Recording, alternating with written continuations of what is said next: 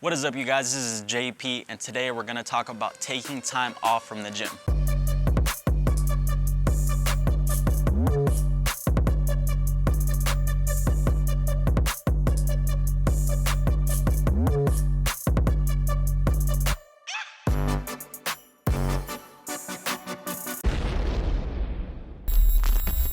So I'm sure a lot of you guys have already seen the pretty viral video that's gone around YouTube and the internet and Instagram. It was Ryan Crowley's training video with Larry Wheels.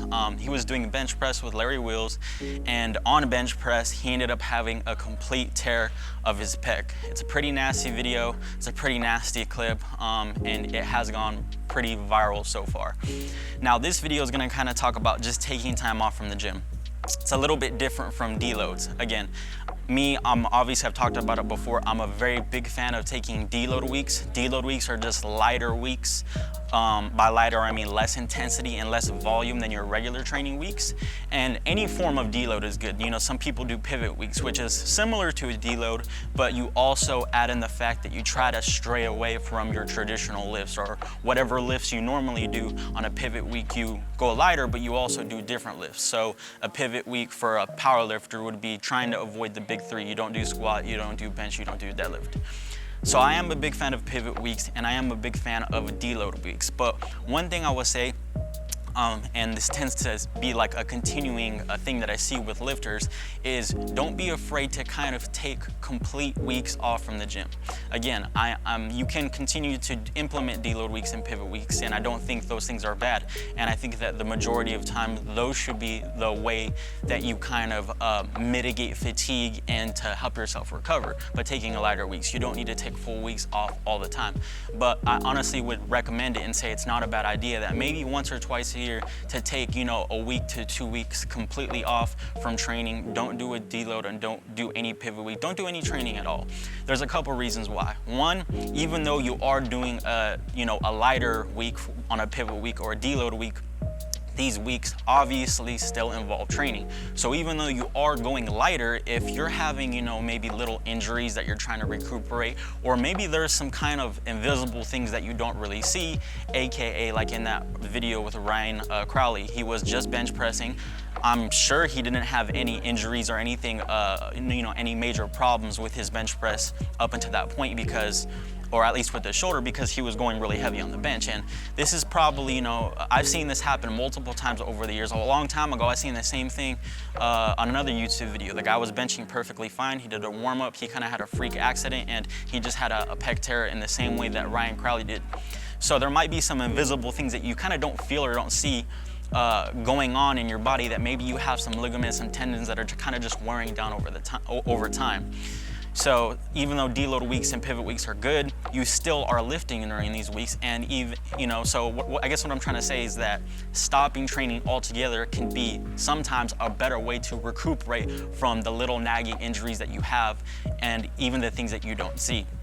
Also, too, and this is a problem that I kind of do myself sometimes a little bit, is that during a deload week or a pivot week, a lot of times those don't go exactly as prescribed. A lot of lifters, again, including myself, have a tendency to kind of pick up those RPEs or get those really low reps in reserve and train a little bit closer to failure than we should be doing on those deload weeks or pivot weeks. For some people, it's really hard to separate training and then easy training. They go in there for a deload workout, and somehow it ends up, they're training at like RPE 7, 8, 9s on certain things, and they're doing that on compound lifts, and they just can't tone it back. They don't know how to tone it back. So if you're someone who plans a deload week, or you plan a lighter week, and it ends up not going according to plan, and you end up training harder than normal, this is another reason why you might benefit a lot from just stopping training entirely for a week or two. Because again, if you're trying to recuperate, or you have those nagging injuries for like a deload week or a pivot week, then you're kind of defeating the purpose. If you're going in the gym, you're having really high RPEs and you're pushing everything hard, then it's no longer a deload week, even if you call it that. So if you're that type of individual, this is gonna benefit you a lot too, if you just take that whole week off or even 2 weeks. The last thing to tackle is, a lot of people think that they're gonna lose gains when they take 2, even 3 weeks off. And we'll start with my subjective opinion is, one, if you're someone who's training for years on end, or you're training for a long period of time, or you've been training for a long period of time, taking 1, 2, or 3 weeks is not gonna have, I haven't seen it with anyone that I've worked with, and myself, I haven't seen it. It's not gonna have any, large negative effect on hypertrophy or strength. Now, this varies depending on the lift that you're talking about, and of course, you might come back a little rusty for a lift. Maybe you start squatting and you're like, you kind of have to get back in the groove again. But again, I've never seen anything close to a night and day difference. And a lot of the times, because I kind of mitigated a lot of that fatigue, I've mitigated a lot of that psychological kind of like stress I was having from the gym, and I'm psychologically a lot ready to get back into the gym. I actually perform better when I take 1 to 3 weeks off completely, because I come in really pumped and ready to go, and my adherence to stick to the workout is a lot higher than it was before. So from my point of view and in my subjective experience, I don't think that you're gonna have any loss of gains, and you could potentially have more gains from taking that time off. And again, even if you are the person that you're a little rusty when you come back, what are the pros and what are the cons? The cons are you're a little rusty on an exercise that you're gonna get fresh with it really quick. Give it a week of training, you'll be right back on, the wagon, and you'll be feeling perfectly fine on all those lifts. The con is if you don't take that time off, you could end up with a career-changing injury like you've seen with Ryan Crowley. I'm not saying that that was the reason, but again, it definitely was a reason. There must have been something going on in his body that said, you know what, this is just too much weight, 1 too many reps, and bam, you get an injury. Now, objectively, there's 2 studies that actually covered detraining or taking time off, and these studies will be shown here.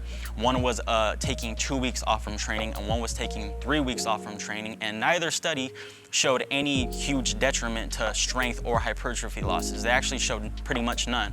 So even looking at the objective research, you can kind of tell that, again, 2 or 3 weeks off from training or whatever your sport is not gonna be, again, a night and a day thing. And again, science doesn't cover everything, and this isn't gonna cover every single situation and every single population. Yeah, if you're doing a very high skill movement, if you're doing something like Olympic lifts, then you might come back and be a little less good, a crumb less good, but the exchange that you're making for being just 1 or 2% not as good in something for what you're getting from taking that time off is a lot better increase in psychological arousal for that particular sport or whatever you do for lifting. And then again, you're mitigating that fatigue and injury risk. So again, I definitely think that you guys should think about taking full time off from the gym, not just deload weeks, not pivot weeks. Just once or twice a year will really help you. And if you're one of those people who just doesn't feel like you want to, again, just be very smart with your deload weeks. But I really recommend it. I'm crazy for the gym. I do it too, and it helps me a lot. And I feel like I come out of those 1, 2, 3 week periods feeling a lot more refreshed physically and then mentally as well. If you guys have any questions, comments, leave them down below. I'll see you guys in the next video. Peace.